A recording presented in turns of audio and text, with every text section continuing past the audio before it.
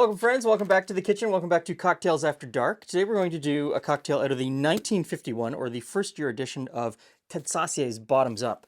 Ted Sassier was a bit of a bon vivant, man about town, and this cocktail book is filled with recipes from restaurants and bars that he visited across Canada and the United States, and some of his very famous friends are in here as well. The cocktail we're going to do today is called Arnaud's, and it is courtesy of Arnaud's restaurant in New Orleans. It's a Scotch cocktail. So I'm going to use the Chivas Regal, 12-year-old Scotch, fairly decent Scotch for mixing. And so that'll go into this shaker. And then I'm going to use an Irish whiskey. Irish whiskeys to me seem like whiskeys that are also very good for mixing. So we're going to try this Copper Pot Writer's Tears and see how that works out. We've tried it in a few other cocktails, and I kind of like it. Next in is Dubonnet, and that is 1 ounce of Dubonnet in each shaker.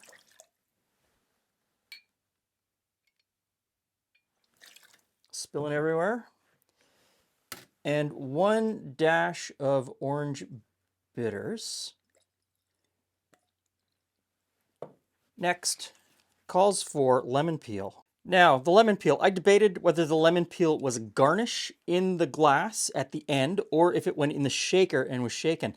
And based on the way that the recipe is laid out, I mean, the method is shake, serve in a cocktail glass. But the way the ingredients are laid out, I think the lemon peel goes in the shaker rather than in the glass at the end. So 1 piece of lemon peel in each shaker. And then we ice. And as usual, I will ice and shake these one at a time.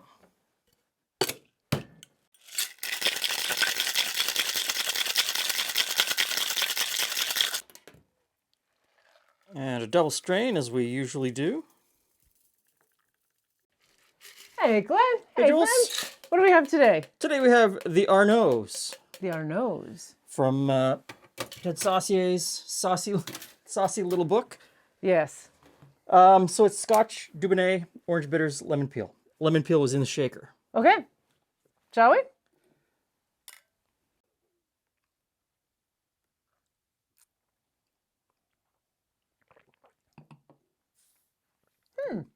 So yours is Irish whiskey, Writer's Tears. This one's Chivas.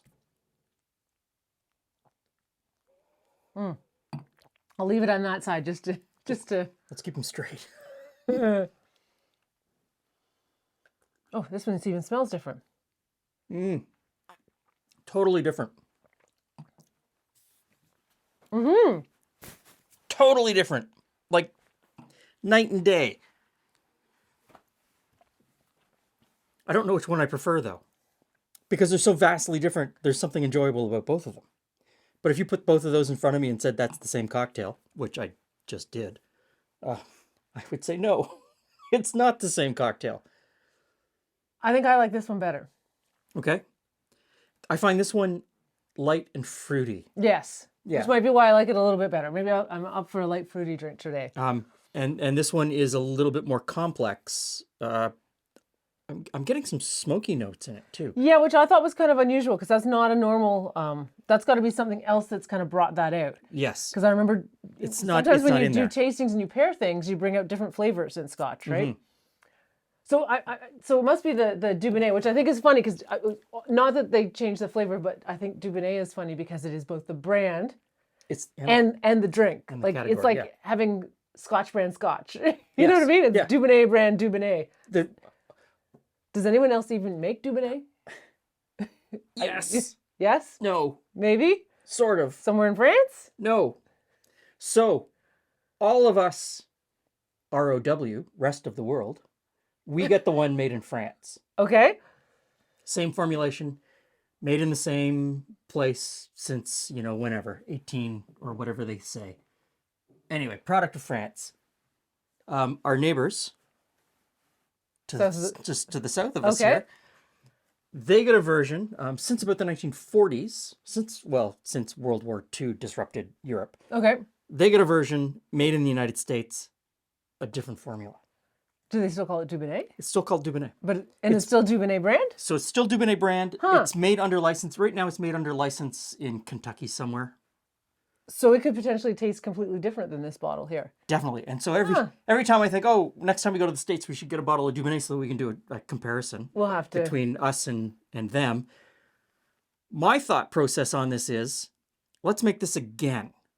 Because Okay, what are you gonna change? Well, Dubonnet is a fortified wine with aromatization. Does anyone else know of a Fortified wine? red in fortified wine with aromas added? Maybe. Vermouth. Yeah. Okay, let's go. Let's make another one, and we're gonna put in the vermouth, and we'll use the Writer's Tears since that's the one we both All right. like. All right. I'll do this while you do that. Okay. 2 ounces Writer's Tears. Let's see if I can do it without spilling everywhere. There we go. 1 ounce Dolan Red Sweet Vermouth. On lemon rind in early. Dash of orange. Oh, and you spilled the dash. Oh, ice. Ice. And shake.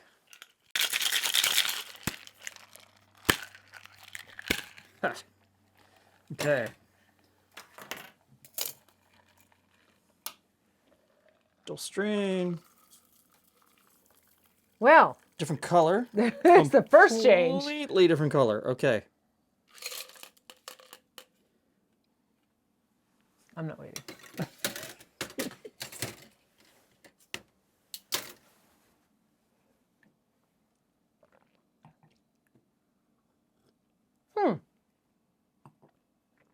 It is different.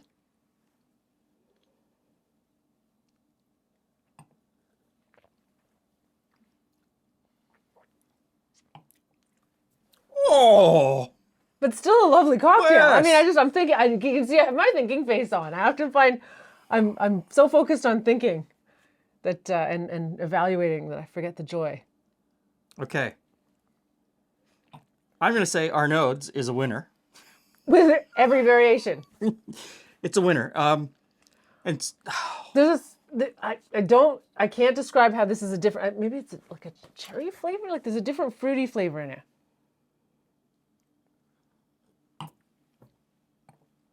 My untrained palate wants to say like a cherry or a berry of some sort, but that's all I got. okay, so this has the most robust flavor. This has a fruitier, lighter flavor, a little more smooth. This one I find smoother still, with no one flavor jumping out. Like there's no, it's a whole. Does that make sense? Like it's a, It's a light cocktail. yeah. It could be dangerous. Yeah. Quite lovely. There you go. Ah!